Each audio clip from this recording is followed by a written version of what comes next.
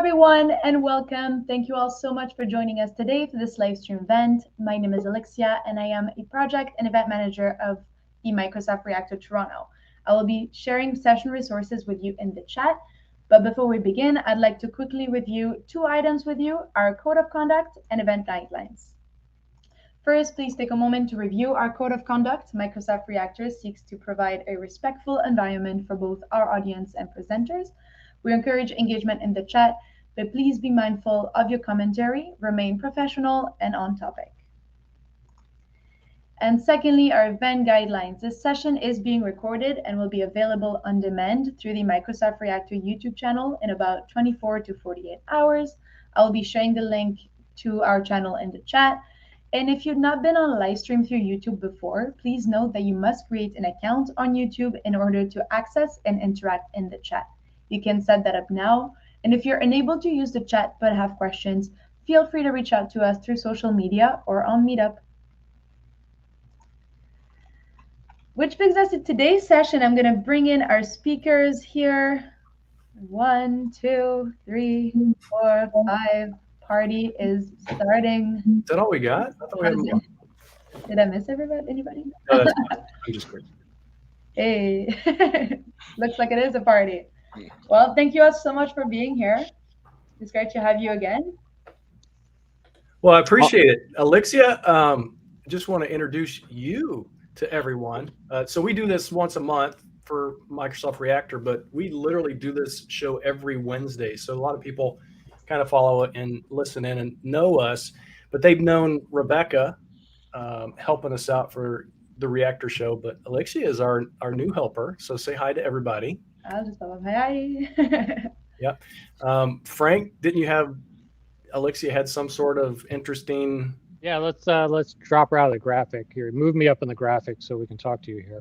So all the hosts and guests that would come on, I hit them up on LinkedIn, and I saw that you're Muay Thai. How do you say that, instructor? Tell us about that. A Muay Thai, yeah, Thai boxing. Okay. So tell us about that. Oh wow, okay. It is definitely an interest in martial arts, coming from Thailand, including all sorts of weapons, boxing, kickboxing, knees, elbows. Very interesting martial arts. That's Yeah. pretty cool. I've attended some live matches. I fancy myself a Muay Thai person myself, one of my favorites. In Bangkok, but we started off up in Chiang Mai first. So it was an event put on by Venom. So I got the Venom shorts, the hand wraps, everything. Yeah. Oh I yeah. do have my own pair of Venom shorts also. They're nice, right? Right. Yeah. So we definitely. What's your favorite weapon? Probably the elbow, because it's very sneaky. Yeah. Oh my Yeah. goodness. So that's I don't know if it's sneaky or not, because you have to really pull back for that, don't you? It's not sneaky when you do it, Rod. Oh, I need to work on that, I guess. It's sneaky because you can lead with it and then go with a leg kick, a leg strike, right? When someone rears back, because now you got them back. Oh yeah. Wow, looks like you have some pros here. Well, the other thing that I found out that was interesting about one of our hosts is Rod Trent, his pets. I did not realize the pets that he has. So Rod, what's the deal with that? My pets? My entire life, I have always kept tarantulas. I don't think there's been a time in my life when I've not had one. And I have one now, but I thought, I guess it freaked everybody out. But she molted recently. Here's her most recent molt, right? Mm-hmm. So yeah, pretty good. She's a lot bigger, more colorful, more vibrant right now. So yeah, I keep tarantulas. They're like the perfect pet. A dog gets you up in the middle of the night, wants you to take them outside to go potty. The cats, they just stink up the place because they go potty everywhere. Spiders. But I heard the perfect pet is a rat, from what I heard. Perfect pet is a rat. Yeah, research it. You would be surprised.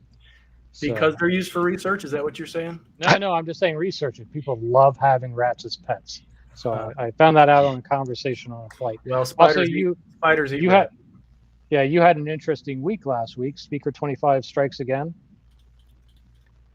Where was I last week? Oh yeah, I was I was at the mothership. I was on campus all week last week, which was kind of interesting.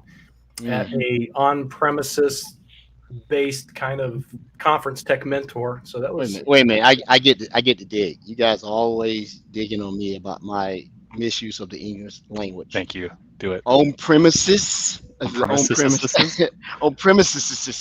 Had that been me, Brodie would have been all over me. Didn't I say on premises, or did I say You did. Brodie would have been like, when did you get the list? Right.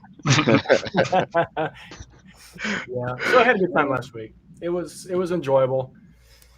Did you speak or just attend? I spoke, yeah. So I talked about Microsoft Sentinel a couple times. Once about the day in the life of Microsoft Sentinel Analyst, and the second one was about how to use Microsoft Sentinel as in Microsoft Teams as an actual war room. So very cool. That was the first time I've done that one, and it was well received enough so that I'm going to build it out and make it kind of an official session for somebody. So I see there were graphics challenged again. So how about you, Edward? Actually a good week. I got to help a customer resolve some log ingestion issues with Checkpoint FW1, whatever it is. Yeah, we talked about that a lot this week. I hope some people got to listen to our discussion about that last week, especially. Well, that discussion was around our syslog because McAfee EPO does it.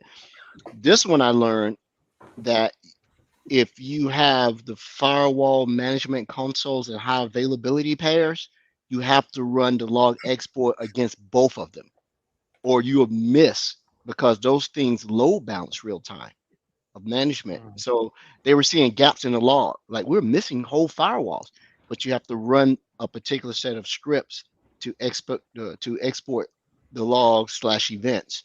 And it was a good learning experience. I hadn't been in a Checkpoint device in a long time. I forgot. I cut my teeth. My first firewall, corporate firewall device was in a long time. I forgot. Yeah, Checkpoint on the blue Nokia boxes running BSD. Yeah, the old units about that big. It was good. I really hadn't gotten in a firewall in a while. You could. I like the checkpoints because they are chatty, but you have huge amounts of granularity about what you want to bring in beyond just facilities alerts and stuff like that. So we got that, and then I figured out how to do it from. They have physical checkpoint boxes in their data center, and they have virtual checkpoint workloads in Azure. And so you have to go in and get all that stuff. Boxes in their data center, and they have virtual checkpoint workloads in Azure. We got an echo in here. Somebody, who's the echo? Somebody turn on YouTube, and it's not me. For once, yeah. Right. For once, it's not me. Rod's hiding behind the graphics, so we know it's him. Yeah. Am I? Oh, yeah. Learn that. Still battling a couple of the log things, but man, the last workload for the month has had me just in Linux, right? Right? House is good. Weather is good. The high today was 80. Can you believe that in Georgia, the high was 80 today? So it's cool. Back running again. And I was expecting to see you finishing the Ironman competition with John Seville there, or Saville, or however you say his last name. I didn't see you there at the Ironman competition with him. No, absolutely not. That was the Alaska event too, man. I can't imagine that would be just crazy. That is a dedication and a lifestyle. I've completed one triathlon in my life, never again. And oddly enough, the hardest part was the cycle piece. I still swim well from ex-Navy. The run was no issue. When I tell you, sitting in that saddle, man, riding, you can't. Yeah, it hurts afterwards, right? Right, so. Before I get into I have something to complain about. Let's check in with Brodie. Brodie.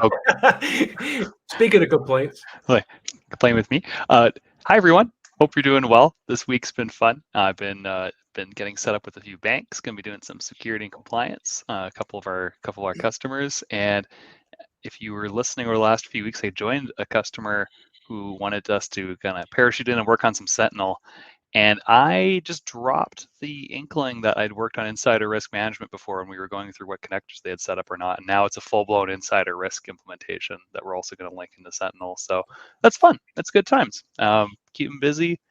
And got back from a wedding this weekend, and that was great. That was in British And how'd the Columbia. music turn out?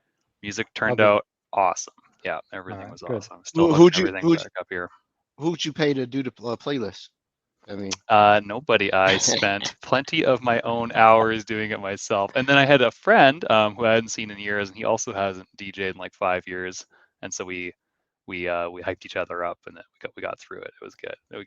I better than got through it. We did a great job. So yeah, I actually I texted you guys on Sunday. I was it Saturday? I was watching Canadian American football. Right. And watch Calgary beat up on British Columbia. I actually tracked the game. The game is good. I like Great it. game. Yeah, the way they played. I love the receivers being able to have motion toward the line of scrimmage. Oh, it's so much fun. They babysit our DBs in the NFL. You know. Yeah. I take that back. I take that back. The DBs in the NFL actually have a harder time because they really make sure that the receivers can catch the ball. Yes, exactly. They give them more room. Yeah. So wouldn't relish that. That's why they get paid so much. Is the ball really pink? No, I guess not. Sorry, that was a meme. Sorry, I was just trying to look up Canadian football. But they might have pink ball during breast cancer awareness month. Yeah, they sure have. Yeah. Okay. Yeah, they usually do all that stuff too. All right, are you ready for my complaint yet? Since I rarely ever complain about anything. Frank, we'd love to hear your complaint. Please. Bated breath, please. Yeah. I went to a DFIR summit this week. The beginning was talking about log collection in the cloud. And when they went to the Azure stuff and the Microsoft 365 stuff, well, mainly Azure, they showed every single SIM out there in the slide except for Sentinel. I'm like, I couldn't believe it. And I really felt that the DFIR side right now of cloud, digital forensics, incident response, they're very focused on thinking, okay, you used to have the SharePoint server in here, you used to have the Exchange server here, now it's moved to the cloud, and now we're going to do DFIR the same way that we used to, and not take advantage of anything that Azure and M365 give you in dealing with security and incident response. It was really disappointing. I don't know if anyone's seen that out there. So I've seen something similar. So a couple of my colleagues on my team, Sarah and Jolene, were at DEF CON and Black Hat and stuff last week. I feel a little jealous. They were in Vegas. I was in Redmond. But anyway, that was one of the things that they brought out very specifically, not necessarily the Sentinel piece, but Azure in general, right? So you go to these hackathons and Black Hat and DEF CON, and they pretty much just across the board talk about AWS, a little bit of GCP potentially, but very little Azure. I mean, there is a little bit, but not on that range. I like to give my opinionated fact on this. It is because the Microsoft offering is almost as complete as you can have, right? And there's not much business. You could theoretically run all of your security for the most part using the cloud capabilities, security capabilities. Sentinel M365 is no slouch when it comes to security. So there's no money to be made. There's money to be made in the integrations because, quite frankly, AWS and Google can't stand up. They're not ready, right? Google may be closer than AWS, I believe, if they can ever reboot Chronicle or whatever they call it. But they talk about it because they in their mind, they are providing an agnostic solution for you to bring in the security workloads that you previously were familiar with. And so those conversations tend not to be displacive, but augmentative. And unfortunately, Microsoft's conversation around induction of their security products is often, we're going to replace everything you have with ours, right? That's not a fair assumption. But still, we're gonna get to you in a second, Joe. But still, to send everything out of Azure, so you can have it in your old way of doing things and lose everything from the purpose-driven UI and everything else that's there. It doesn't make sense. All right, Joe, go ahead. I see it as a just coming from a DFIR forensic consulting type of background, when I see this, I don't think of it financially, because a lot of the log export that we would do would be in free or near free type of solutions. And when I think of it in terms of IR capability, a lot of times I think of the tie-in and the integration that Microsoft has that makes it so close to the IT infrastructure. And I see that as being a scary thing to a lot of people who are responding to incidents, because they're going to have some qualm over the potential security of the logs after they're ingested there, if they suspect that it is a compromised domain, or they're in a mid-compromised scenario where they are unsure of, of how things are going in terms of like privileged accounts, or if they're unsure of the degree of compromise and they're still in that sort of discovery phase. Perhaps they're just looking to abstract the log analysis from anything related to the software that could be compromised. So what you're saying is they believe it's easier to cover your tracks because the security operations and the day-to-day IT operations are so integrated. You run on the same platform that you're using.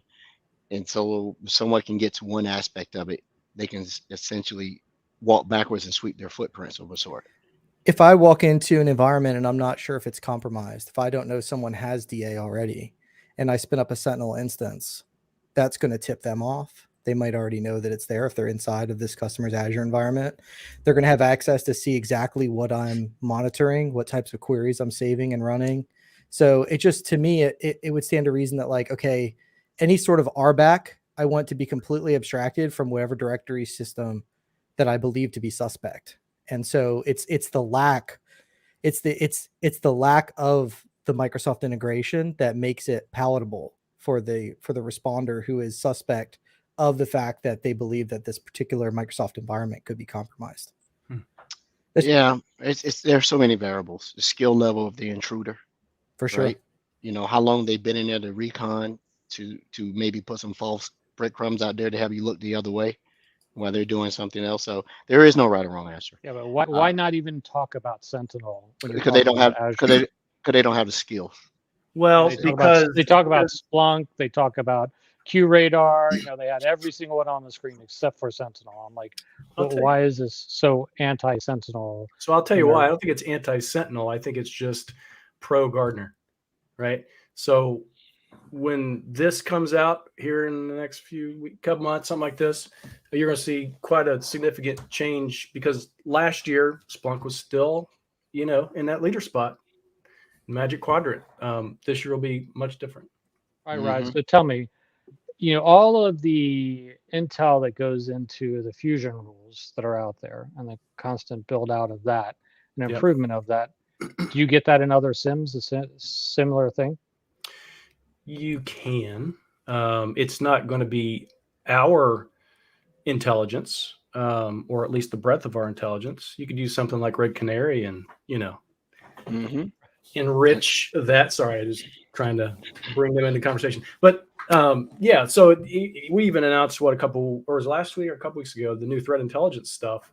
All of these trillions of signals that we consume every day from our customers consuming our products, and then consolidating that stuff, that's fed back into the system. That's probably, when you consider that Office 365, things like that are probably the most widely used services in the world, and the intelligence that's built because of using those products, that's probably the best intelligence source out there anywhere, to be honest. And I'm not just saying that because, I'm a Microsoft person. I'm supposed to say that. I just think it's actually really cool because you're where the customers are. That intelligence signals are being built. So, Frank, let me ask you a question. You did say they talked about GCP and AWS, right? Right. But no Azure. No, they talked about Azure, but they didn't bring up Sentinel. It was like they sneezed Azure or something like that. No. They talked about Azure. They talked about the 3 different clouds, but Sentinel as a SIM solution for Azure is not considered. Yeah. So, which I found. In the old school, they're a bunch of haters, so they'll be all right. It really came across to me that they were on-prem people thinking like on-prem people, dealing with deeper in the cloud, and that's what was confusing to me. All right, Rod, do you have any complaints before we get on with our guests? I don't have a complaint. I do have something I like to note. Something that Frank and I have been working on, which ironically, I was also working on this internally as well. We have two clients, Azure Monitor Agent and the MMA, Microsoft Management Agent. And MMA will go away in August of 2024. So these are the data connectors you install on Windows devices to send to logs collect to Sentinel. Windows event logs and what have you. The earlier agent will deprecate in 2024. We have 2 years. I think at Microsoft, we kind of do a poor job when we announce new features. We're like, hey, we're getting closer to feature parity. This feature's in public preview. Wow, everybody needs to migrate. We ran into a situation today where there's still some things that aren't supported that are probably pretty necessary for a lot of customers. So you really have to kind of take a very systematic approach to And the problem is their docs actually say it's supported, but it's not. It doesn't actually say that Sysmon is supported. It says that security events and performance data is supported. It doesn't say anything beyond that. Mm-hmm. Well, right. So because if you think about how you create an XPath, the Sysmon is under what? Sysmon operational Microsoft, and then Windows, Sysmon operational something, and then system, and then there you can choose the event IDs you want to pick out, right? I'm gonna disagree with you on this one. Cool. All right. So one second, I gotta find the screen that you're on. Frank's pulling out his elbow. Watch out. Oh, he's got the elbow. Got to put the link on there. So take a look at this link. You can bring it up on your screen.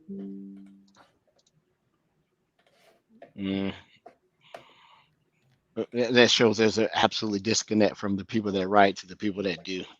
There you go. It's retired on August 34. Yeah, knew that. So but they have scroll down. So look at Sysmon in that article. Well, they have a gap analysis between the agent section. All right, so recommended migration path. Yeah. And then the workbook. Take a look at the Windows logs. Right. And the gap analysis under Sysmon, they say collection only, and it says it's supported. Collection only, collection. Is that not true? So we need to go a different route with that. Oh, I see what you're saying. Okay. So yeah, the thing that I pulled up earlier, in fact, based on some docs that we have for Microsoft Sentinel for the Windows security events via AMA connector, it says that the XPath queries prefix, the only thing that's supported is security ! Right? Which means everything under that security log file. So with the new agent, we have not found a way to actually get Sysmon logs into Sentinel, okay? Even though it says that it's actually supported. Now, when you look at the new agent for Windows, you don't do the normal checkboxes that you used to. You use something called data collection rules. Mm-hmm. So in theory, you could do a custom XPath query to actually pull in the location of the Sysmon logs, but that's not working. So in SC200, we still talk about Sysmon in the Learn material dealing with the old connector. There's a spot there waiting for the new connector. Once something is published and verified by Microsoft that it can be done. Now, I had to change the labs to actually knock out the Sysmon part because we are using the new connector in the labs because of this. So I'm waiting for something official from Microsoft other than a page that says it's supported, but no way of, and not telling us how it's supported or how to configure, because the old way of configuring does not work with the new connector. Yeah, I'm going to have to agree with Frank on this too. So the reason is, and I know it's a rarity to our listeners, if you are looking at this page and I'm at the very bottom where it says the AMA doesn't have the feature sets my Microsoft Sentinel deployment needs to work, should I migrate yet? And they give you the company line here. But right across from it, you'll see connection instructions by type, and then AMA migration for Microsoft Sentinel. And then I think that's the one I clicked on. Ooh, I'm sorry, wrong one. Oh, Syslog Raw Sources. You're right. It leads you to think that it is supported because it talks about it. But when you get down to the architecture section, it goes back to log analytics agent and not MMA. So you got conflicting Right. docs out You here. mean Sysmon, but the Sysmon, bottom line yeah. is they have more information about Sysmon under Linux and getting that information than they actually have about Sysmon for Windows and getting that information sent in a Sentinel. Kind of strange, but Yeah. that's what we're dealing with today. And so when we're having our guests on tonight, I was thinking about the changes I made, because we utilize, obviously, as attack and detections and teaching people that with inside SC 200 for the Atomic Red Team stuff, which now becomes an issue because, well, not only can you not collect Sysmon, I actually like to show students that what's collected in MDE, Defender for Endpoint, versus what's collected in Sysmon and the detections there. And now with the new agent not really supporting Sysmon until we figure out how to do it for Windows, you know, that had to be pulled out, and also impact maybe what, you know, some of the other testing that's done out there for people, the atomic testing. Well, you gotta look at the other thing. Who in their right mind is just running Sysmon all over the place, right? Noisy and chatty, right? A lot of people. I know a lot of people. I'm still annoyed with MDE because it's still adding additional spaces in command lines that it's actually capturing, which I don't understand why it's still doing that after all, you know, 2 years or whatever. You know, it should not be adding in the additional spaces. You're right. We reported this 2 years ago to the powers that be, and they blew us off. So that's okay though. But hey, Right, sounds like everybody actually did work this week, and we got some good guests, returning guests, friends of the show. So we got Joe and Cardell from Red Canary, and I guess they are going to represent the Atomic Red Team too. The line of delineation I can't really get, but hey, I'm a Red Canary fan, right? You see, I got the shirt, Ed Walton, and I'm also a Red Canary security angel. See my halo come on? There you go, right? That's great. So Joe, thanks for coming back. Cardell, thank you for coming back. This is your first time on the Reactor show. We want you guys to come in and share some of the goodness that is Red Canary. And thank you guys for the support. It's not bilateral. I hope you guys talk about us, because a lot of people have approached us to talk about how great your product is. But you know, scratch my back, scratch yours. You know, you gotta have a scratcher. I was just looking. Red Canary recognized as a Microsoft Security Excellence Award winner for being a security trailblazer. So congrats, Red Canary. Look at that. There you go. Wonders ever cease. So Joe, Cardell, the floor is yours. Thanks for coming on, man. Blazing trails with you guys. That's right. You probably need to do a brief introduction of each one of you, because you're going to be new to some individuals who are not familiar. So I'll let you guys go ahead and do it. I'm going to go on mute. Sounds great. Well, thanks for having us again, guys. I know we've done a couple of these. This is the first time on Reactor. The way let's just clear it up real quick to start with Atomic Red Team and Red Canary. So Atomic Red Team is our open source project, separate, 100% separate from us. We obviously support it. We contribute to it. We have a community team that is part of it. But now the top maintainers of that project are no longer Canaries. So they are folks out in the public that are contributing to it. So that's been fun to see that take off. As you guys know, it's integrated actually into Defender as well. But that is an open source framework that anyone can download and use. So that's kind of delineation. We kicked it off. And kind of handed it over to that open source crew. We stay behind the scenes and help it stay alive and support it that way. So that's the difference. Red Canary obviously is the MDR company. I'll do a quick intro myself and let Joe jump in as well. So Red Canary started out 7 years ago, before MDR was a term. We basically looked at the pile of data that customers had, and that was kind of overwhelming, and burying them basically, and trying to find threats and teams that could dig through that, and said someone needs to help fix this problem. So we're a software company that ingests I think petabytes now of raw data per day for our customers, and we plug right into the Microsoft ecosystem and pull all of that raw telemetry from Defender for Endpoint, and now we'll talk about today the expanded workloads that we support around identity, email, M365, and the like. So we'll cover more of that. But that's the software component, and then we deliver that service and the value to our customers through people, right? And so all of that data comes in, all of the alerts that we ingest from all of the Microsoft workloads get sorted out internally here on the back end. We have a 24/7 team that is watching everything that's going on with the customers' security products and make sense of it. We investigate it, and then we deliver it out to a customer as kind of a nicely packaged timeline with the detection and all of the information around it. So that's what we do. We'll show you more of that today. I'm Cordell Bonhoffman. I'm the GM of our Microsoft Security Partnership, and we've now been, I think, three years with you guys. So Microsoft reached out to us actually to partner before there was EDR. The sensor and the Defender EDR component was part of the Defender agent. It was just AV back 3.5, 4+ years ago. So we've worked with your teams since then. The ILDC crew over in Israel and a lot of the PM and engineering teams we still meet with on a regular basis to work through that. We were the first kind of the inaugural MDR partner, ingesting that data stream, the telemetry feed from Defender for Endpoint, and now additional workloads as well. So that's my role. I kind of oversee I don't think there's a department at Red Canary that doesn't work with or isn't impacted in some way by Microsoft, all the way from accounting and invoicing and customer support to obviously sales and the like. So excited to be on the show again, and great momentum to share around additional integrations that we'll talk about here in just a moment. So Joe, you want to jump in? Yeah.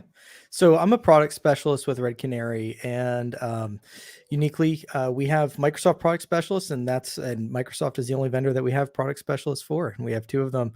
And so I work with Cordell on Microsoft strategy here, and really, when people who are outside the company ask me what product specialist means, I kind of tell them we're like cloud security architects ish. We do a lot of internal enablement. We do configuration guides, which you could think of as like sort of like reference architecture, but it's more like just like recommendations based on M365, or Azure settings, things that our customers can do that we consider to be best practice, especially as they integrate with our service. So I do a lot of sales enablement, a lot of internal tech support, escalation support for our Microsoft-based deployments, and really serve as kind of a centralized point of contact for Microsoft strategy initiatives internally, doing research, testing, and evaluation of new tools, integrations with Red Canary. Awesome. Thanks, Joe. Thanks, gentlemen. Appreciate it. So we've got a couple different items on the agenda here. We can follow your lead, what you think is best. One idea or one agenda item here is that we could start with a demo and just kind of show you what a Red Canary timeline looks like, right? Get in the weeds there, and then we can spend a little bit of time talking about kind of pulling back the covers a little bit on the integrations themselves, how they work, and then what's coming. So if that sounds good, I see Brodie shaking his head so far. Yeah, I love demos. We love demos here, and so do our viewers. Yeah, awesome. And just my vote. I'll let the other Brady Bunch squares chime in with a thumbs up from Boaz. I thought it was Hollywood Squares. Hollywood Squares. Yeah, there you go. I thought he was going to say, I'm going to let the rest of the Brodie Bunch, right? But Brodie. The Brodie Bunch. That's great. Okay, let's see if the screen share works. It's the first time. We just renamed the podcast. That's my hidden secret side project. I want to tell you guys about it. The Brodie Bunch. Can I share the screen of us sharing the screen? Yeah. Okay, working. Yep. Okay. Well, let's do this briefly. Just picture is worth 1,000 words here. So you can see as we look at the timeline, Microsoft and Red Canary have a very, very, actually, we've got a slide. I captured it in a slide because our missions are tied so closely together, and this isn't reworded at all. I took it from our site and Microsoft site, so very closely aligned. And we're, Microsoft overall obviously has much bigger products, offerings, and tools, tool sets out there. We're focused, in on the cyber attack part as a company.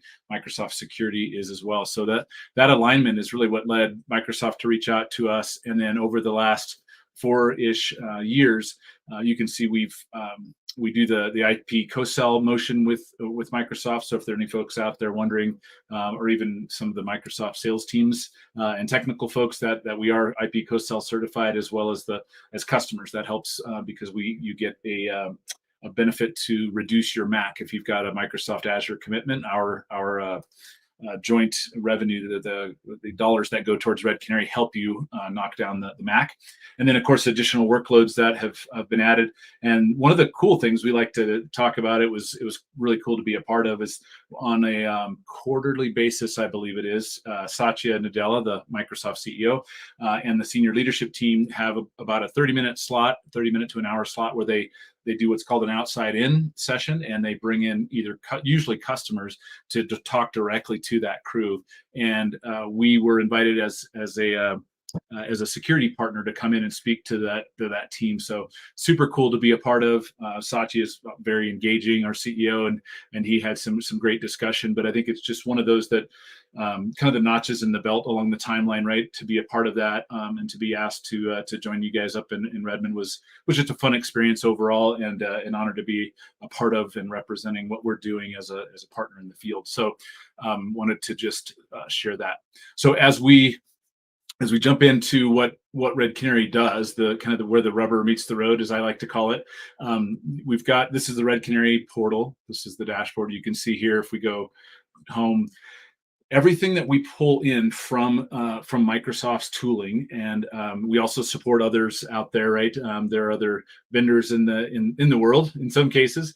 So if you've got Okta, great, we can plug it right in. You don't have to switch. If you've got Okta and you're looking to move to the AD solution, great, we can help you transition that over, and we can kind of provide the stopgap or the coverage across both of those. So that's one of the beauties of the Red Canary platform, is that we do have broad coverage of other tools as you may be migrating to, if you were an E3 or an E5 customer, for example, that's working on deploying different workloads. Defender for Endpoint is usually one of the first. We can jump in and begin supporting that as you add additional components. But what you see here are the things that we've gleaned and detected from the Microsoft ecosystem. So in this case, you can see this is our demo environment, so it's not super exciting as far as the volume of data. But over the last 90 days, you can see like what we've done for you as a customer. So we actually have a team that's investigating the threats that come out of it. We see all the alerts that come out of the Microsoft platforms, and then with Defender for Endpoint specifically, we see about a 4x increase in the detections that come out of Defender, because we have our own teams that are hands-on investigating these things and digging through the telemetry. As you heard mentioned earlier, whether it's Azure, Sentinel, different components that are storing all of this data, we're watching that real-time feed, right? So these are the threats, the types of threats that we're watching come through, that we're seeing in your environment. You can see here the number of servers, desktops, laptops, the endpoints themselves, the alerts, etc. And then you can see as we are updating our engine, adding different coverage detectors and things like that. But if we move to the actual detection, the cool part about this is that we are stitching together multiple Microsoft workloads in ways that some of the Microsoft tools still are not able to do, right? So we're pulling in all of the email information, and you'll see in just a moment, we can stitch that together with the same an identity threat coming out of the Graph API, along with an endpoint threat coming out of the Endpoint API. So you guys are making great progress on that front. Sentinel does a lot of that with their incident idea, or the concept of an incident, and stitching that together as well. And so what Red Canary kind of brings to the table, and if you will, as a managed detection and response partner, we have people that are looking at this and actually stitching this together, and we have eyes on all of these actually by a detection engineer and then a second detection engineer before they ever go out to a customer. So it's confirmed. We know it's a threat. The noise is dramatically reduced, right? False positives. and the like are filtered out. And so this is what you get. And so when you scroll through it, you can see already at the top what workstation or what endpoint was affected, the identity that was used there as well. And one of the things that we hear customers ask us, whatever you do, don't change this. You can improve it, modify it, but don't get rid of this idea of a timeline. And that is that we stitch together all of these different components. Some of them are part of the back end intelligence that the engine brings, and then the rest of it is finalized by our analysts that are jumping in here and providing notes to our customers. So you can see the actual threat started up here in Azure AD, right? So we saw a high severity alert that was, we pulled it out of the Graph API tied to AD.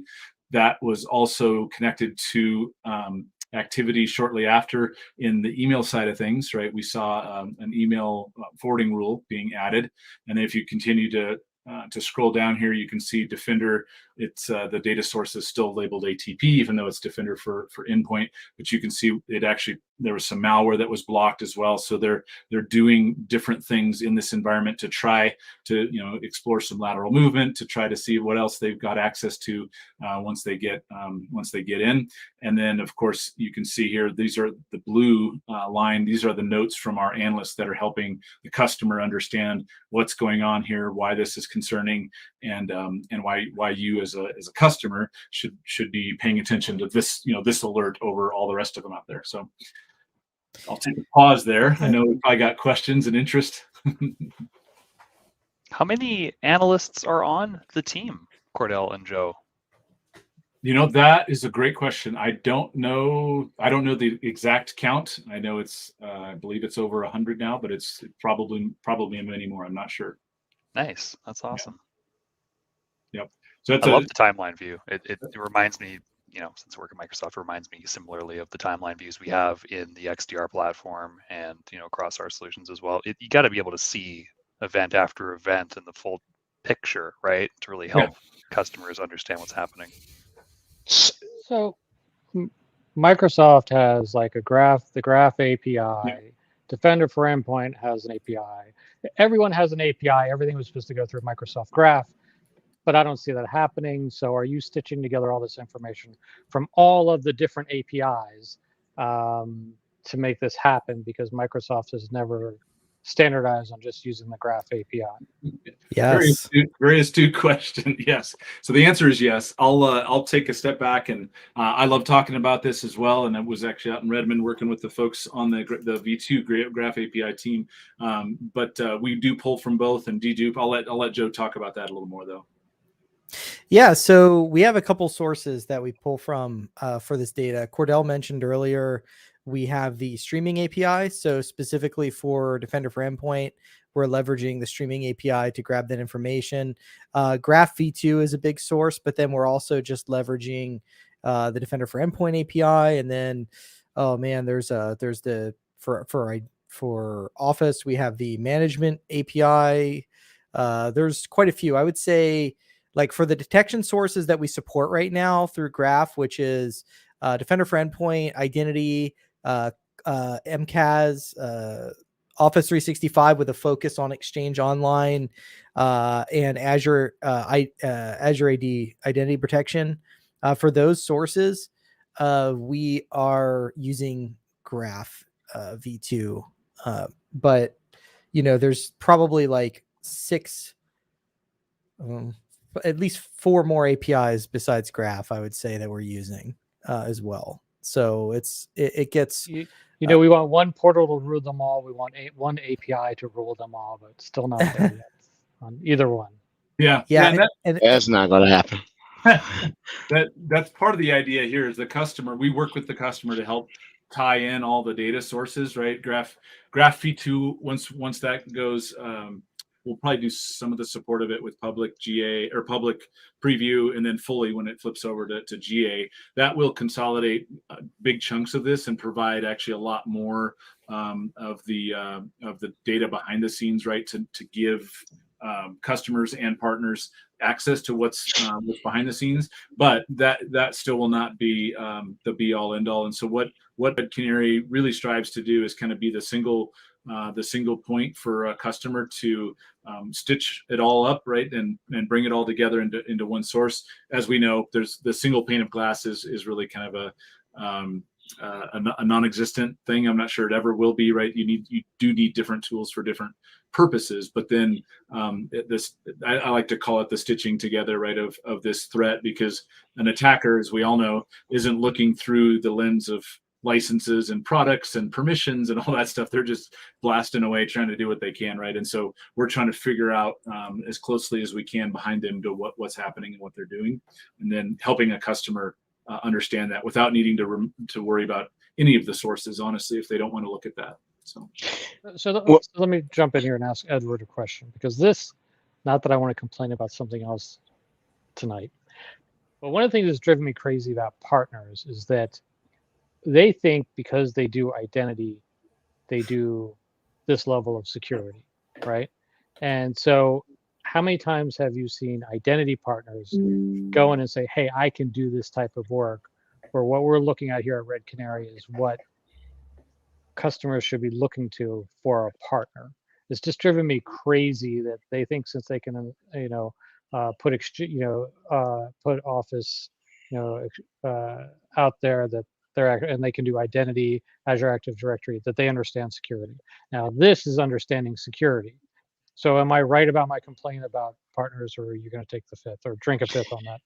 No, Ed takes a side, right or wrong. I agree with you. I've called out partners that have been verified, co-sale ready, but when you go look at the product, it's nothing. I can put my own audit logs. So that is still problematic with partners who are, portraying themselves as security practitioners, but what they did was they found them. It's like the old days. The network guy was the security guy. So now they're thinking the identity person is some sort of security. He's part of the team. But you'll find that a lot of the large organizations, the person that's in charge of IAM, identity access management, are not even part of the security team, especially in cloud environments. So the security team has to go work with the identity team to be able to get this done. You're going to have that. Well, it's because the way that we met, right? Because back then they had the partner that had to have the 3 areas of specialty, and none of them had security, in my opinion, from what I saw. Well, that's the reason it was coming through my workshop. We were vetting them, and I had a 80% failure rate. That's, to me, that's a badge of honor, because the pretenders didn't last; they withered. And the ones that decide, hey, we're going to invest in creating a viable security offering, with Microsoft security products is one of the staples or cornerstones, they do well. But a lot of them, they couldn't stomach. They didn't know how to monetize it. Was the biggest thing. And they go and they say, we're going to do this service or whatever. And I just think it's a completely useless thing, where when you take a look at something that like Red Canary has here and what they're providing, there's value there compared to what I've seen other partners providing in the world of security. Well, time will vet out the pretenders, and Red Canary is, one of the top tiers, and now everybody's going to be that. And you want everybody to come in, Frank. If they say they're expert, they need to be an expert. Well, we know, they're selling it first and figuring it out later. So, to our listener, Frank does bring up a very valid point. You need to vet your security partners well to understand. And if Frank has taught me more about timeline analysis than I've ever knew, since I've known him 3 years now, a little bit more. I have to confess, timeline analysis was not super important to me, because I wasn't taught that. I was taught a very specific way on a very specific set of skills, and Frank had pulled my butt out of fire twice when I saw a customer and was like, oh man, we need to get this over to Dart. Right, there's something's going on. So let the pretenders do what they do. Red Canary is going to eventually get them all in the ring and take them out anyway. We'll see what happens. I think, like, just as a comment to that as well, it's easy with the fidelity of data that Microsoft is providing. I think when you look at identity, when you look at the role that something like email and something like privileged accounts play in modern day attacks, I think it's easy for vendors to try to look good when in fact they're kind of like standing on the shoulders of giants, right? It's easy for them to take the hard work and the excellence that Microsoft has created in email security, in identity protection, and to try to piggyback on that. But there's just a lot more to attacks than that, right? Mhm. And so I think that's what it ultimately comes down to, is having the fidelity that we do provides that a significant amount of extra value. And we are very endpoint focused still. Like, we have a lot of coverage, obviously, through the workloads. Like, even in this particular attack timeline, you know, we're seeing email, we're seeing identity, but we're also seeing the endpoint here. And I designed this kind of like this demo and it might help to like talk to a little bit of the storyboard around it, but it's pretty obvious if you look at the alerts what's happening here. But you know, it just to kind of bring that back around, I do think that with a lot of modern attacks, it's easy to piggyback off of critical accounts, email, and hard focus on that. Just like, you know, 15 years ago, we used to hard focus on endpoint, because that's where the malware came from, right? Yeah. And so I think it's a great point, Joe. And one of the slides we use kind of captures that. And I think you let's see who made it. Was it Edward? Frank made the initial comment, right? That if you look at the way Microsoft has structured their APIs, what we fight quite often actually is almost a glut of vendors out there that are claiming by ingesting just even the alert itself and pulling it in and kind of resorting it and then passing it back to the customer, that, you know, we've prioritized it, we looked at it, and we know this thing is bad, so now customer go investigate it, right? That's it's kind of the icing on the cake, right? For us, that's the end of the story, right? If you look here on the far left, the raw telemetry and alerts coming out of your tooling is no small task, right? It's a massive amount of data, and especially as the organizations get larger, you know, we have a number of joint customers at the, you know, small to medium, but also the kind of the enterprise layer.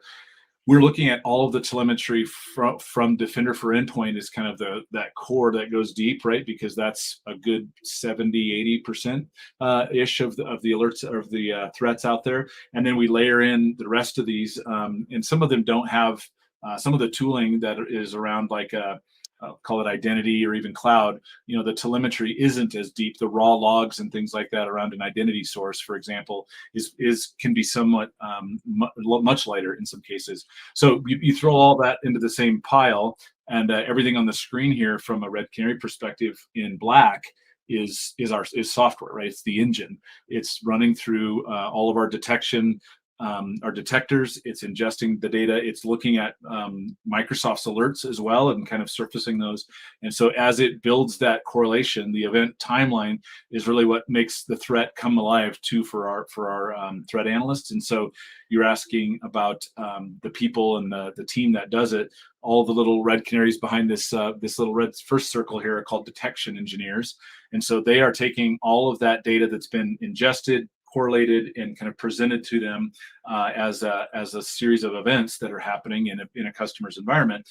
They're the ones that are digging in and investigating. And the way that we can investigate, the reason we can actually investigate, is because we have all this raw telemetry, right? Most of those other kind of icing on the cake partners, there's nothing else to go investigate. They've got the alert and they've told you, you know, what they think is the higher priority, and then they give it back, right? So that was my point about some of those partners that were just sending back what you already knew. Yep. So well, they're going to ride that. They're going to ride that wave, right? Because the API ingestion, the data, however you get the data in, they're good at that. But customers don't really go in and say, okay, you have all of this, what are you going to do with it?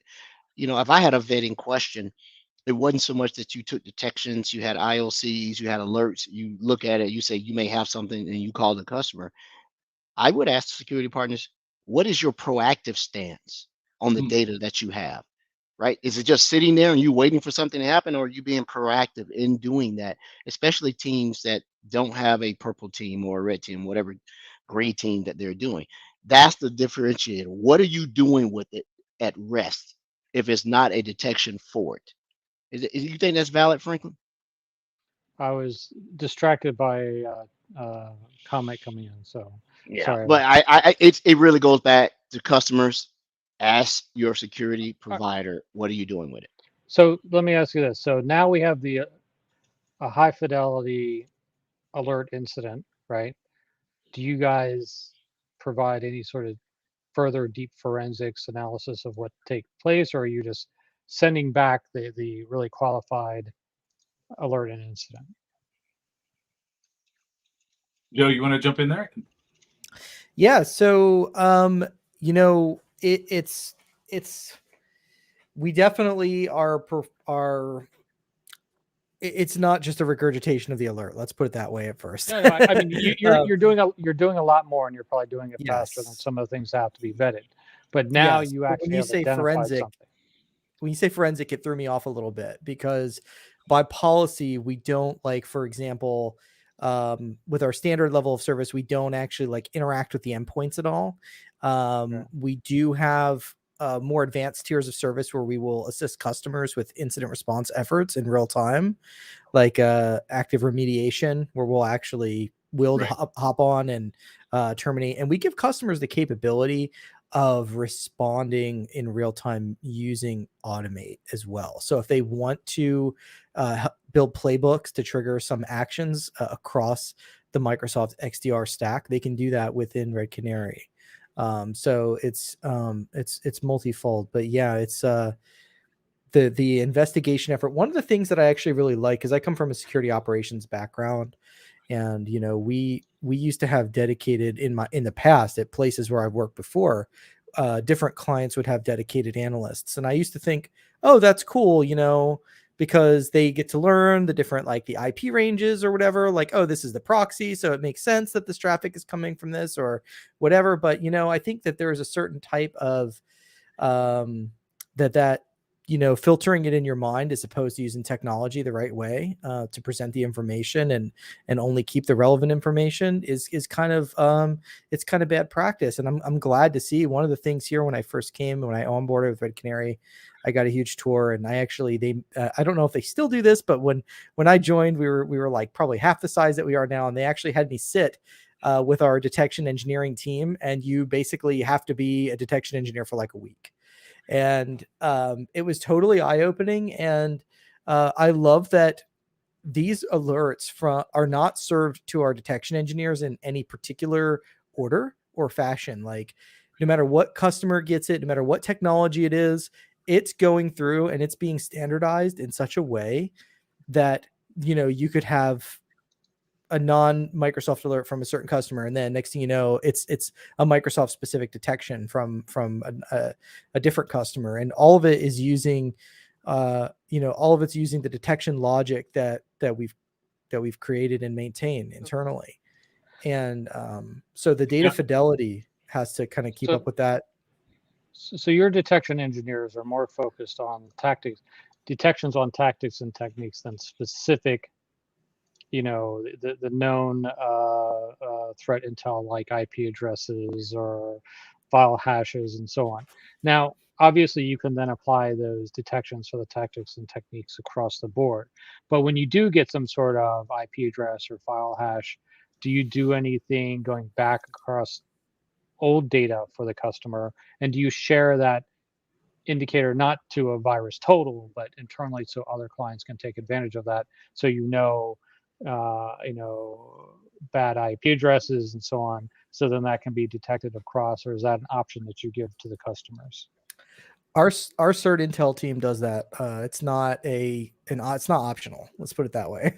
Information sharing of threats across the customers internally is something that I'm copied on some of that, and it says it's not my daily responsibility because I focus a lot more on Microsoft tech aspects, but operationally, yeah, I mean, there's a lot of conversations that occur about threats that happen across our various customers, and the comparison of those techniques or those actors to one another.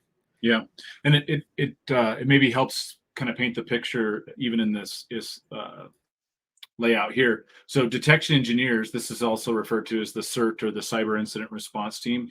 They are watching and investigating the data coming out of the engine, and they are not customer facing, right? So they are looking at, in many cases, they may be jumping into the Defender client, the portal itself, and running some KQL and doing some digging there. In many cases, our research tools and a lot of the shortcuts will use the API and run the KQL query and bring back the results, on their behalf, or even proactively. And then once that is a confirmed threat, and this is really the value for a customer, right? Is you either build something similar to this, or you go into try to capture it all in a SIM, or you try to take it all in and build things that will deal with this level of analysis, or you have to begin suppressing and dropping stuff, right? There's really no other choice, because the amount of data and the threat tactics are evolving so quickly. So it's overwhelming for a customer to do this, and so the value prop is, let us take that off your shoulders. We're doing it for thousands of customers, right? And so as we see threats, because the engine actually does what we call standardization, we're looking at threats in Windows across all the EDR partners out there, all the customers out there. We have Windows, Mac, and Linux as well, right? As Defender does now too. And so because those are standardized, we can see that threat. It may be even in a different part of the world, different customer, different EDR vendor even, but we know that Windows is being attacked in this way. And so those are one of the main reasons why we've detected things like Kaseya. We had most of our customers patched, if you will, or protected even about 30 minutes before the formal announcement went out. And that's because this last team here, these are what we call incident handlers. So they are the quarterback that gets assigned the confirmed threat and deals with them directly with the customer. And like I said, I like to call them the quarterbacks, because this is not an add-on service. This isn't something that Red Canary charges for additional consulting hours like other vendors out there. This is what you see on the screen is the full Red Canary service. And so we would be able to go to a customer and say, we saw this 5 times, earlier this week. Here are the 3 things we did to shut it down. Do those immediately. And then, as Joe mentioned, if someone was interested in the hands-on keyboard, kind of the full remediation service, that would be kind of even further to the right. Like we do have that active remediation offering. So it's really kind of the stitching together of the whole ecosystem, right? Starting with the raw data on the left, processing it all the way through to the far right if needed. All right. So since Brodie's taken so much of your time here, we only have about 10 minutes left before we have to hand it over to Rod for the Learn module. I want to make sure that in the last 10 minutes that we cover anything that we have not covered and it's important for you to put out to our audience. Yeah, you bet. Thanks for the kind of the segue. So if we look at additional workloads in the Microsoft ecosystem, we have, you can see out here in the marketplace, our MDR offering continues to grow. And Jill, I'll have you maybe talk about that in just a minute for the identity, the additional pieces that we support. We also have launched the Sentinel Connector. So we do have now the ability to kind of bidirectionally pull in alerts from Sentinel as well as push Red Canary alerts there. We're moving towards in August, September, October-ish, another couple months to a full managed Sentinel offering. I'm happy to share more about that. We don't need to go too deep there, but that's an exciting step for us as the whole MXDR ecosystem comes alive, right? The reality is we need to be able to push and pull from Sentinel and help customers through that.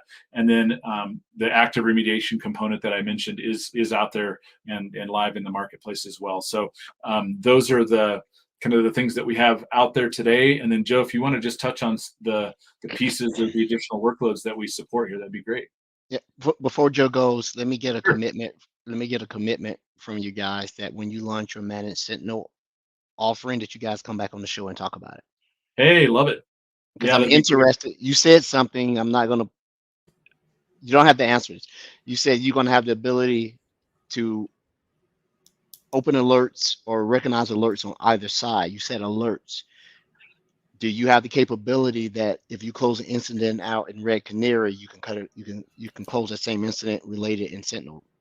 Or yes, that will be coming. Yeah, and I referred to it as alert, just kind of high level, but that will be part of that integration. The good news is that we do that today. So like with Defender for Endpoint, for example, in the workloads themselves, we do have a bidirectional. If you close it in Red Canary, in fact, if we were to scroll down here, you could see that we can actually close this, right? We can remediate it or mark it. And then that integration will drop this link to the URL, the threat timeline, along with the notes and everything. It'll connect it over in the Defender for Endpoint integration. So that piece is already there. And then yes, that will be coming. And we'd be happy to pull in some other guests and maybe even the product manager that's working on that as that comes more into reality. Very cool. Let me show the picture here as Joe talks through it. It just gives a little bit more guidance. So there we go. Cool.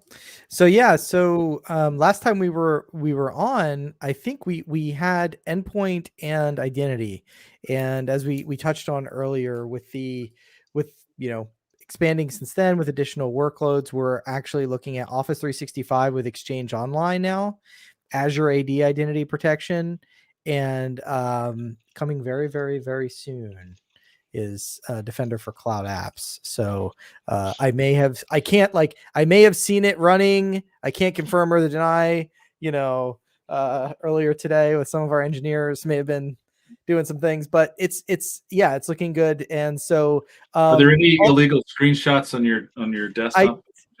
Well, actually, yes. In that detection that you just had up, some of the alerts came from Cloud Apps. We just don't talk about it. But yeah, they love it. They did. So yeah, out of the Cordell mentioned Graph v2 is still private preview, but we are looking to support that. We are out in front of it and doing a lot of development on that end, and it really brings a more robust and stable alerting source with higher fidelity for us.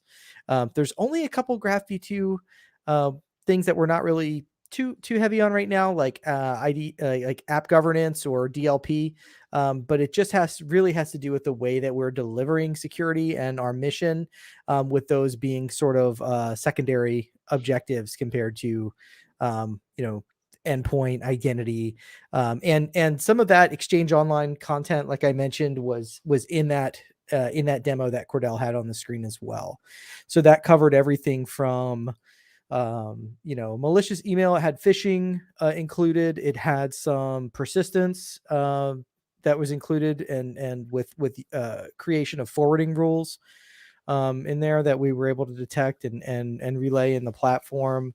Some and identity we pulled in through Tor logins that were phished from that user. Endpoint coming in hard with this zip file with HTML smuggling, base64 encoded HTML in there. And then, of course, Defender doing its thing when the user tries to extract that and kind of stopping the threat there. So it was a pretty cool timeline. It was fun to put together. And overall, the expanded content that we've had between now and the last time we were on the show has just made it so much more compelling to see that story unfold end to end now inside of the Red Canary platform. Our customers can be so much more informed, and our detection engineers and the CERT can be so much more informed on what's happening in customer environments. And it's only getting better with the addition of Sentinel and Cloud Apps. Thanks, Joe. And I'll just leave you with the Red Canary is all the way back to the founding, the founding team 8 years ago. We are laser focused on security outcomes, right? And so there are many other tools, many other vendors, many other partners out there, and they that have a different outcome or a different focus, right? So for us, you could be building awesome looking reports.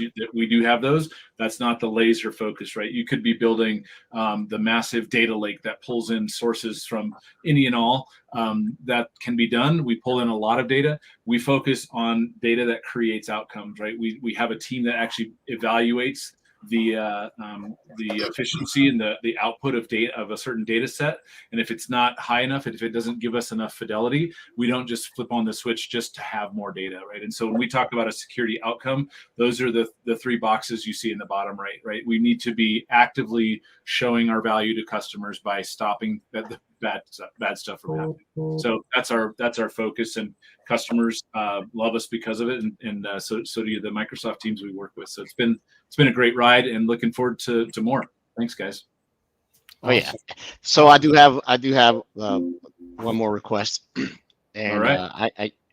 So when we you and Joe and I have a relationship previous to getting on this, we know why I'm going to put it out here. One of the things I asked for as a consolation prize was an NFR to throw in our lab. Can we start? I tried. I've been trying. Okay. That's a no. Okay. Not for resale. You have to realize that it's not like packaged software. They're actually, all your stuff is now going to be sent through their entire process. You're right. Not for resale. You're saying I don't have interesting stuff? That's no, what I'm saying. I'm just saying that it's not like a piece of software you just installed there. They would actually have to constantly do work on it.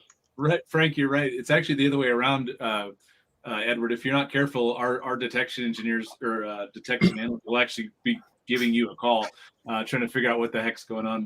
And I ran into the same thing when I first connected my machine into the demo environment. I ran Atomic Red Team and I blew stuff up, and all of a sudden my machine's isolated, and it takes me 3 days to get back connected to the network and all this. So when you run your data through, it's live. We don't have a kind of a fake system on the side. You're actually showing your raw data to the real people. So I found out here early on that corporate security doesn't mess around either. They will isolate you and ask questions later. And I got a slap on the wrist. That's a great first year here. Haven't done it since.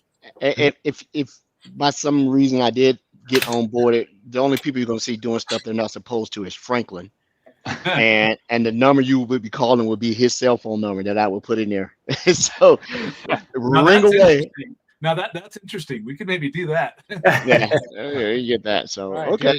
Do we have a T-shirt for one of our listeners?